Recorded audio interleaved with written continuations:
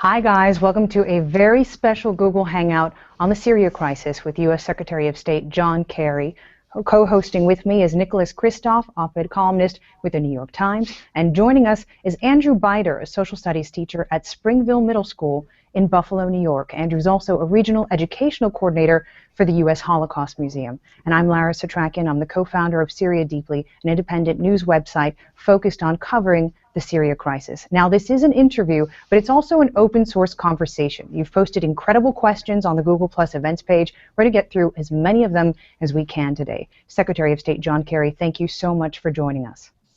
Lara, thank you for having me, and thanks for all you've done to shed light on life in Syria. Very important. Thank you. Now, jumping right in, you've said that Syria could stop a U.S. strike if it hands over all of its chemical weapons within a week. And you've also said that you're waiting for a proposal from Russia. We understand you're just off the phone with Foreign Minister Sergei Lavrov. What did he say? Well, Foreign Minister Lavrov had some interesting observations about the ways in which he thinks we might be able to achieve this. He is sending those to us. They'll be coming in formally in the course of the day. We'll have an opportunity to review them, and as the President has said, if we can, in fact, secure all of the chemical weapons in Syria through this method, clearly that's by far the most preferable and be a very significant achievement. What specifically do they need to do? What does Russia, what does Syria need to do when we're talking about dozens of chemical weapon sites across a war-torn country? Well, for better or worse, the fact that Assad has been running a highly controlled and very hierarchical process has forced them to contain all of these weapons in the regime-controlled areas. As a result of that, it is our argument that they therefore can control access to these sites. And so we believe that they need to show us an entirely verifiable, completely accountable, and ongoing verifiable process by which we know we have all of the weapons, access to any sites in question, unlimited access, investigation, verifiability. This cannot be a game. And that we have made very, very clear to the Russians. And I hope, and I think so far there are indications we will at least be able to have a serious conversation. Whether we can meet what is necessary for President Obama to make the judgment that the objectives are being accomplished, we'll just have to see. Nick, let's jump to you for your first question. Sure. Secretary Kerry, thanks so much for joining us. Now, you say we have to be sure this is not a game. What specifically is our bottom line here? Now, Russia has said that the U.S., for a deal to work, that the U.S. will have to renounce the use of force. It is said that a Security Council resolution under Chapter 7 is unacceptable and that it wants a presidential statement instead. Are these acceptable to you? Or do we, in fact, need a Chapter 7 Security Council resolution to make this go forward? No, we need a full resolution from the Security Council in order to have the confidence that this has the force that it ought to have. That's our belief, and obviously right now the Russians are in a slightly different place on that. We'll have to see where we get to. I mean, obviously, I'm not going to negotiate this out in public now. Go ahead. Thank you. But what I am giving you is a very clear sense. I think every listener, I think everybody listening, common sense tells us we don't want to buy, into something that isn't going to get the job done. And then we're right back where we started from. So this has to be a transparent, accountable, fully implementable, and clearly verifiable process. And we're going to have to work at how that's going to be achieved. But it also has to have consequences if games are played or if somebody tries to undermine this. And I think the whole world needs to invest in that. I believe the world is ready to invest in that. It is clearly preferable to sending a message that is, by use of force, which in the end wouldn't, in fact, contain all of the weapons. So hopefully we can make this work. And this is something we've been discussing for a little bit of time.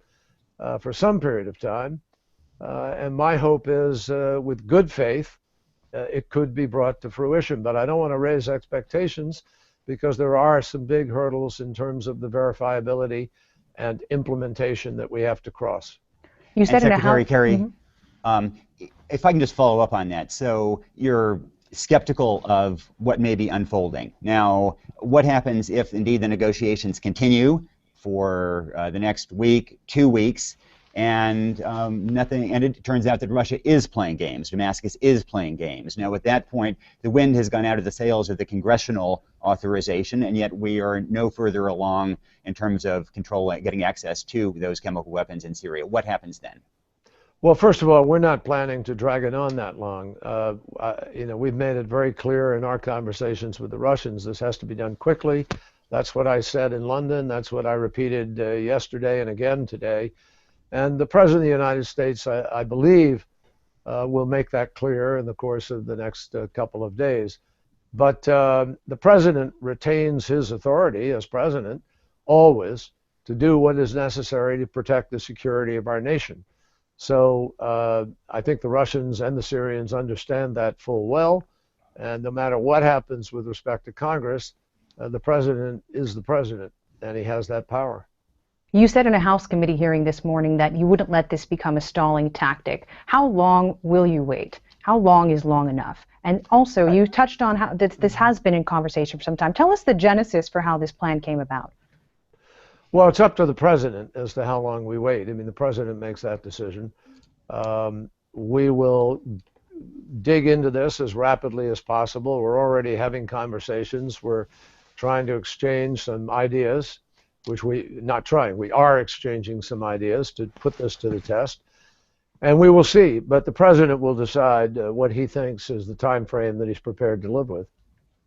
And when did this plan really come about? Because there's not too much clarity about that at the moment. Well, we've had conversations about chemical weapons for some period of time, and we have talked about the issue of trying to gain control of them, both at the United Nations as well as in bilateral conversations with the Russians. But most specifically, we discussed this last week.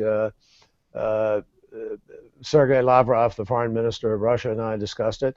President Putin discussed it with President Obama in St. Petersburg, and President Obama instructed him that we would take it up at the foreign minister level and see if it in fact had any life in it, if it could be real. I obviously mentioned it in public in London on Monday, and we are where we are today. But we have always been talking about the necessity to hold the Assad regime accountable for its possession of chemical weapons, which, up until right now, but for the threat of the use of force, they have never even admitted they have. Now they're not only admitting they have them, but they say they're prepared to try to live up to some international standards. That is only happening because we have shown them that we are prepared to do what is necessary to hold them accountable. Let's get Andrew Biter into the conversation. Andrew, what's the first question from the classroom?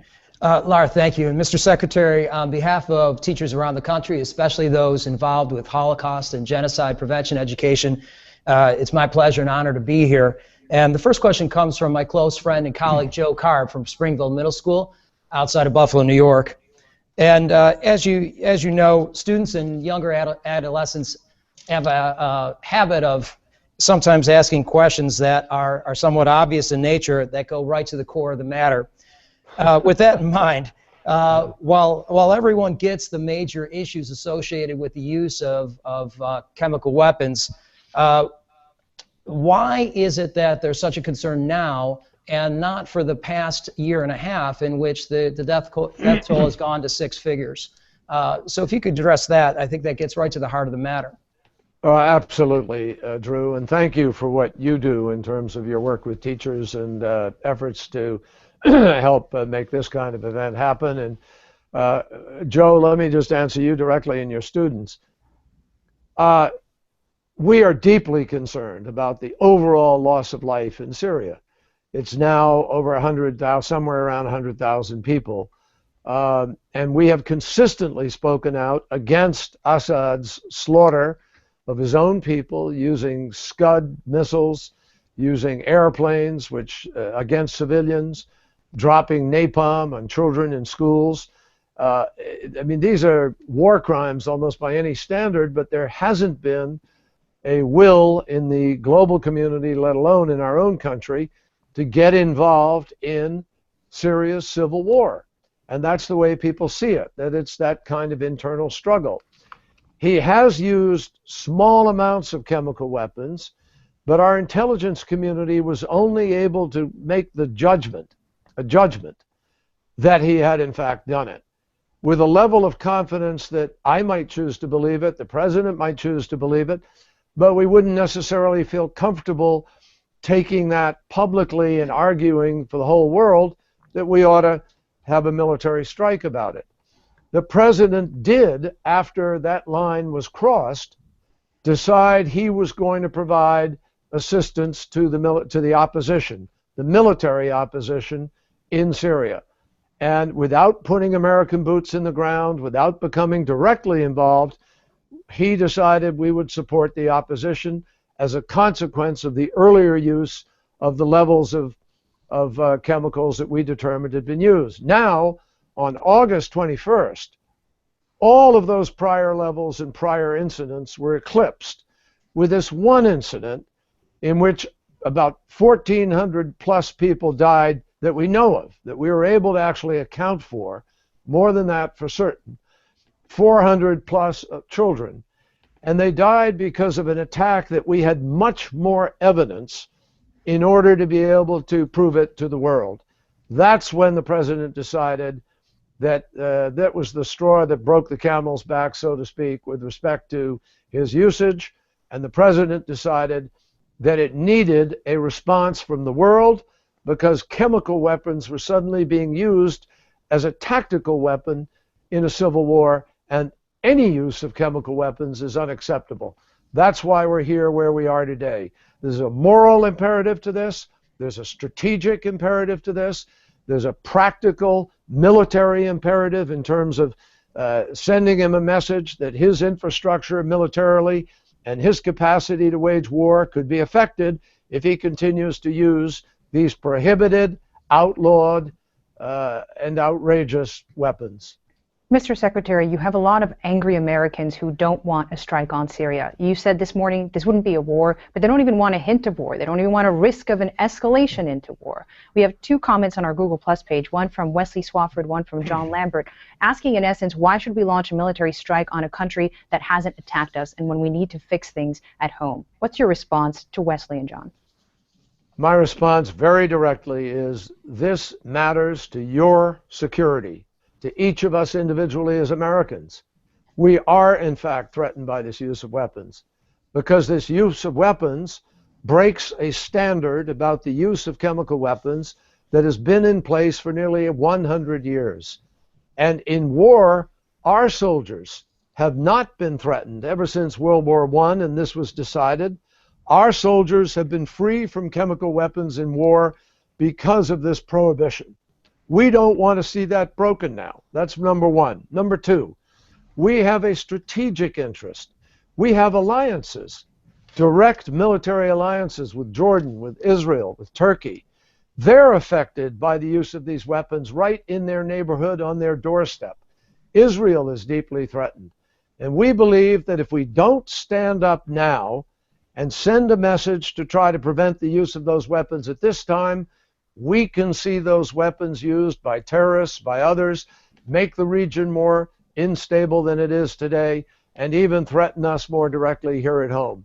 So we believe, you know, sometimes wars have started later because people didn't do things that might have prevented them earlier. And we believe that this is a moment where not sending this message now could in fact present us with much greater dangers at a later point in time.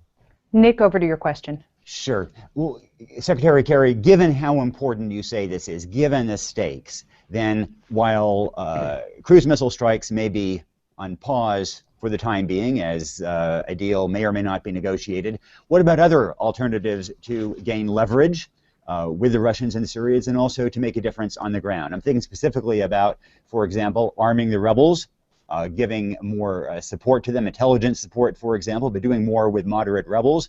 Also, perhaps cyber offensive operations in Syria. Is there more we can do in those ways? Nick, I'm not going to go into all the details of what we're doing because I'm not allowed to, but I will tell you point blank, the President has issued instructions several months ago to raise the level of American support for the moderate opposition, because the moderate opposition is very important to us in order to have a barrier, a bulwark against the very bad elements that are out there that do want to attack the United States of America. So we are supporting them as a matter of humanitarian concern for the people of Syria. We're supporting them as a matter of our own strategic national security interest, and the President has decided and will continue to increase the support to that moderate opposition. Andrew, why don't you? Oh, go on, Nick. Well, just to follow up on that, I mean, there's been this enormous frustration among the moderate opposition, and indeed, Laura has documented that on her website, that despite the president's remarks, they're not in fact getting that support, and it's the jihadis, the extremists, who are actually getting all the weapons. So is that a question of that it takes time to ramp up? Is that going to be changing on the ground in the coming weeks or months? It already is, Nick, and I'm very sensitive to what you've just said and concerned about it. And it's accurate. It is accurate to say that some things have not been getting to the opposition as rapidly as one would have hoped. Part of that was sort of early organizational effort, but then subsequently it took a while for Congress to approve certain components of it, and finally it just takes time to start it. It was only in June that Congress, in fact, gave approval to certain things, and we're now obviously in the beginning of September, so it is ramping up, but I can tell you that many of the items that people have complained we're not getting them are now getting to them. What specifically, Mr. Secretary? I'm not going to go into that here. I'm just not able to, but Sure. I'm not allowed to. But suffice it to say, in addition to communications equipment and medical equipment and humanitarian assistance. Incidentally, the United States is the largest humanitarian donor to the crisis of the refugees. In addition to all those things, a coordinated effort is being made among the many supporters of the moderate opposition to get them the assistance they need. Andrew, why don't you come in with your second question? Yeah, Mr. Secretary, it's under the topic of partners here, and specifically the United Nations. And this question comes from my colleague Kathleen Cadigan, an AP U.S. History and Holocaust Studies teacher at Thomas Jefferson High School outside of Dallas. And specifically, she's questioning the use of the purpose, of UN peacekeeping forces, and her students are incredulous and want to know where the UN is at. And if you could please just elaborate, why, in your opinion, is the UN so visibly absent on this issue? Well, the UN is absent on this issue regrettably, and I really mean, I underline regrettably, because the Russians and the Chinese have blocked us, I think now 11 or 12 times, from being able to try to create humanitarian access routes, guarantee direct access for humanitarian assistance. They have blocked us from condemning even the generic use of chemical weapons, let alone pointing the finger of blame at somebody, just the generic use. So we've been blocked by particularly the Russians, who up until now have been the principal supporters of the Assad regime, together with Hezbollah and Iran. And I think every listener, as you think about why this is important, you really need to ask yourselves, what does it mean to you that the principal supporters of Assad are Hezbollah, which is a terrorist organization, and a client of Iran, with whom we are in a big struggle to prevent them from getting weapons of mass destruction, specifically nuclear weapons? So, we're dealing, on the other hand, with Britain, with France, Germany, Italy, countless other countries in the region, the neighborhood, Turkey, Qatar, the United Arab Emirates, Saudi Arabia. The Jordanians are all struggling with the problem of what Assad is wreaking on their region. And I think that tells you a lot about who's supporting whom and what is at stake. Mr. Secretary, another question from the Google Plus event page from Billy Glad. He says, I'd like to hear something about how we're going to pressure the rebels to expel al-Qaeda. As you know, Jabhat al-Nusra, the Islamic State of Iraq and Syria, they may be small in number, but they are the most influential. They're the tip of the spear against the Assad regime. How do you see that problem going away? Well, it's really not fair to say. There's a general comment, Lara, and you know the place pretty well. This sort of notion that al-Nusra and the rest of these guys are the whole tip of the spear. That does a great disservice to General Idris and his forces. There may be 30,000, 40,000 strong in the northern part of the country, and they're under the control of their own general, a very forceful individual who is quite separate from al-Nusra and these other entities. They don't like al-Nusra. They don't like these radical elements. You are correct in saying they have proven themselves to be probably the best fighters. They are the most trained and aggressive on the ground. But we are increasingly separating, not increasingly, we've put down a firm barrier between the assistance that goes to the moderate opposition and anything to those groups. Obviously, we oppose those groups, and we're very concerned about making sure they are separated. Their numbers are not as high as some people have estimated in terms of actual real fighters on the ground and capable. And the people in the region that I talk to who know both the region and this country much better than I do, and I'm talking about the leaders of Saudi Arabia, the United Arab Emirates, Qatar, Turkey, all believe that if you can hold Syria together as a country, and if you could get to Geneva to the negotiations, so that you ultimately have a transition government and the Syrian people choose their future, if that happens, they will expel, they will stand up against these other groups. They will not have any standing except by force, and they will be handled, I think, at that point by the vast majority of Syrians who want a secular country in which all people are respected and protected, where the minorities in the country are protected, including the Alawi. That's their vision of the future. And hopefully we can get to that point where these radical groups are isolated. That's another reason, incidentally, a powerful reason. I didn't say enough about it in the beginning. But if Syria is allowed to just implode, and America just says, oh, we're going to wash our hands, we don't care about you, you guys go fight. If that's our attitude, the greatest likelihood is Syria implodes, the institutions of the state crash, that Syria breaks up, and then you have ungoverned, free, open spaces where people like al-Nusra and Alwi al-Islam and Arar al-Sham and others, who are far worse, incidentally, than al-Qaeda, they will start operating, and we will have to confront that for the simple reason that they've already announced they want to attack the United States and the West. That would mean we were willfully allowing ourselves to create a new Afghanistan where al-Qaeda and Osama bin Laden attacked us from originally. We simply, as a matter of protecting the security of the United States of America, cannot allow that to happen. So to follow up on that, if that's the hope, what's the plan? How do you get Syria to that point? How do you specifically, in concrete steps, get both sides back to negotiations at Geneva II?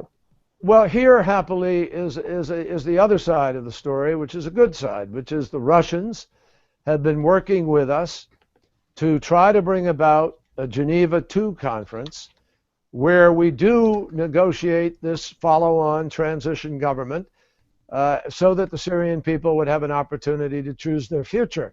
Right now, the problem has been Bashar al-Assad thinks he's winning and has no desire to come to negotiate and will not negotiate a transition government. So we are intending, as I said earlier, to upgrade the support to the opposition, to try to help the opposition be able to change the situation on the ground so that you can force this negotiation and create this transition government. Look, it's not easy. I'm not pretending any of this is easy. The choice is you do nothing, which is worse. The other choice is you go in and get really involved in their war, which nobody in America wants to do. So you're left with what's the least worst alternative among bad choices that could actually constructively make something happen. And that is to try to get the parties to the table by affecting the calculation of Assad and the opposition so that you come to the table and negotiate. We do not believe there is a military solution here. Ultimately, people are going to have to negotiate with each other. And we are doing everything in our power to push people in that direction. Nick, over to your next question. Sure. Secretary Kerry, so many of the people who posted questions that they wanted to ask you were variations of the theme that they understand that what you're contemplating is a limited strike, but they're also nervous that there will be retaliation then that will suck us into something larger. And how do you respond to them? How do you reassure them about those concerns about being inadvertently sucked into something much larger? Nick, it's a 100% legitimate question, and of course we have thought that through very, very thoroughly. First of all, the president is absolutely determined, committed, resolute. There will be no American boots on the ground. We are not going to go in with Americans and get involved in Syria's civil war. The maximum that we are doing is supporting the opposition. There are people there who want to fight, tens of thousands. They are simply asking America for help to be able to do it, not unlike the manner in which we asked the French in our War of Independence, and Lafayette helped us to break away from the British. They're asking for help from the outside, but they're prepared to do their own fighting. And there are lots of people, incidentally, in the region, in the Gulf, who are prepared to pay for many of the weapons and do much of the things that need to be done in terms of the cost of this. So this is not a huge threat to America's treasury or to America's treasure in terms of our young Americans and the notion that we would get involved. No boots will be on the ground, not today, not ever in the future. Secondly, we have very strong intelligence and very strong communications with lots of people that indicate to us the Iranians know that Assad did this. And the Iranians profess to be against weapons of mass destruction, against chemical weapons. Likewise, Hezbollah knows that Assad did this. Neither of them want to choose to go to war over something that so obviously the world knows Assad has done and will know he has done. The Russians do not view this as worthy of something that they feel. They have the kind of interest there that would take them to war. Moreover, we have indications that that's just not going to happen. Now, might there be some kinds of retaliation in an asymmetrical way in some places? The answer is yes. It's possible that someone is going to do something, but the truth is they are doing that anyway. We just had to move a whole bunch of our people a month ago in an embassy in Yemen because Al-Qaeda was threatening to attack our embassy in Yemen. We have to issue instructions to embassies in various parts of the world on any given day because there are threats now, because there are people in the world who want to engage in jihad and want to tackle anything, any example of an attempt to hit and strike.